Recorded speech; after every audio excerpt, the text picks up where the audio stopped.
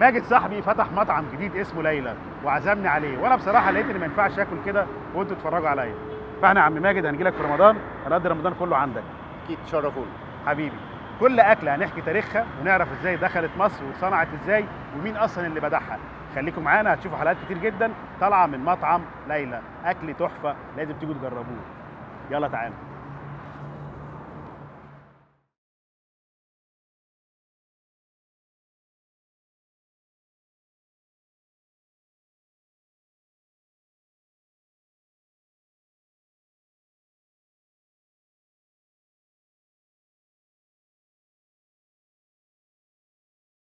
حبيبي يا عم وليد، حبيبي يا عم وليد، الف هنا وشفا. الله يخليك. وليد صاحبي وحبيبي، انا عازمه النهارده في ليله من ليالي رمضان الجميله في مطعم ليلى على فته، الاكله اللي كل المصريين بيحبوها، الاكله حبيبي ثواني، هو طبعا مستعجل.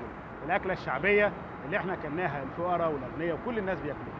الاكله ديت ليها قصه جميله جدا جدا من ايام قدماء المصريين.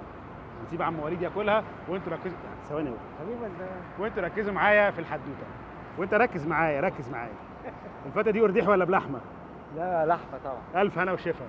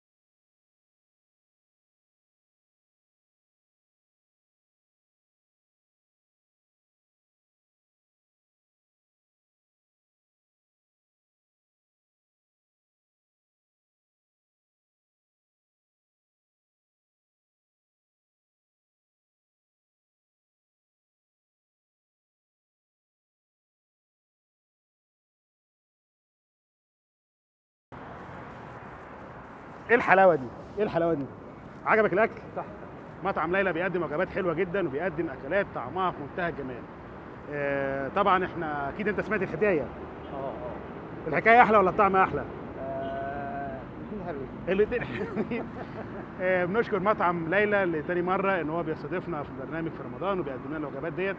لو بتحبوا تسمعوا الحكايات ديت تابعوني حلقه جديده مع اكله جديده مع قصه جديده.